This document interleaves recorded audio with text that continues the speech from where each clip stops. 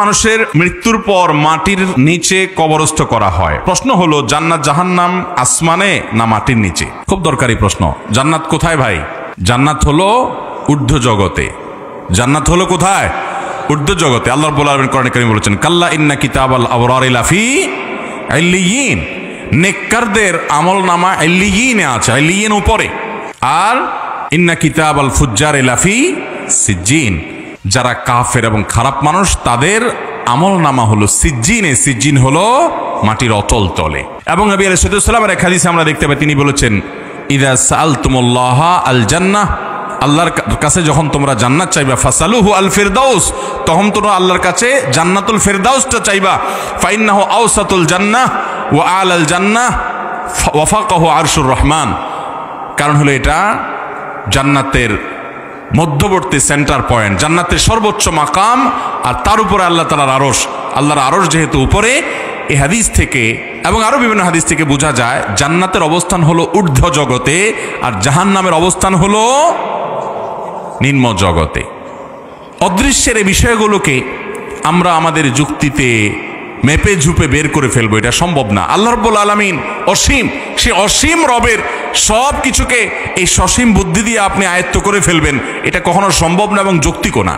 যাই হোক, তো সেজন্য জান্নাত এবং জাহান্নাম সম্পর্কে যদি এই সংশয় আসে কারোর মনে, যে তাহলে কবরে দেওয়ার পর লোকটাকে যদি নেককার হয়, ইমানদার হয়, মুত্তাকি হয়, হাদিসে আসছে তার কবরকে জান্নাতের সাথে কানেক্টেড করে দেওয়া হয়, তো জান্নাত তো নিচে না, কানেক্টেড কিভাবে হয়?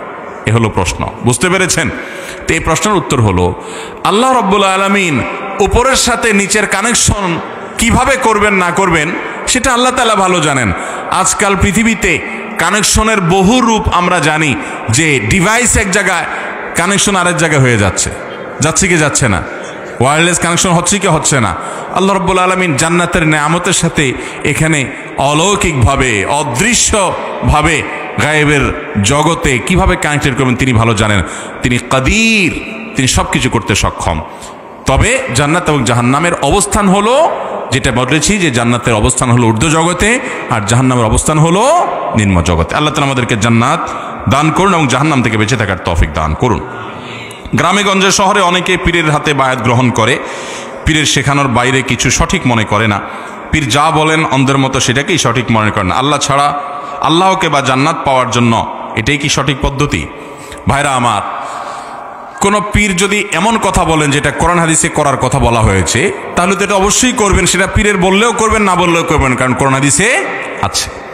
আর যদি কোনো পীর সাহেব এমন কোনো কথা বলেন করার জন্য যেটা কোরআন হাদিসের বরখেলাফ হয়, তাহলে সেটা পীর সাহেব কেন, পীর সাহেবের আব্বাজান এসে বললেও করা যাবে। কারণ লা তাআতা লি মাখলুকিন ফি মাসিয়াতিল খালিক, আল্লাহর অবাধ্য হয়ে আল্লাহর নাফরমানি করে পৃথিবীতে কারোর কথা মানা যাবে? অতএব এই বিষয়টা আমাদের মাথায় রাখতে হবে। আমরা অনেকে মনে করি যে পীর সাহেব যা বলুক কোনো কথা না, সেটা করতে হবে। ফার্সিতে একটা কবিতা আছে, বামায় সাজ্জা দারাঙ্গি কোন গারাত পীরে মাগা গোয়াদ কে সালেক বে খবর নবুয়াত জিরা হো রুসমে মনজিলহা।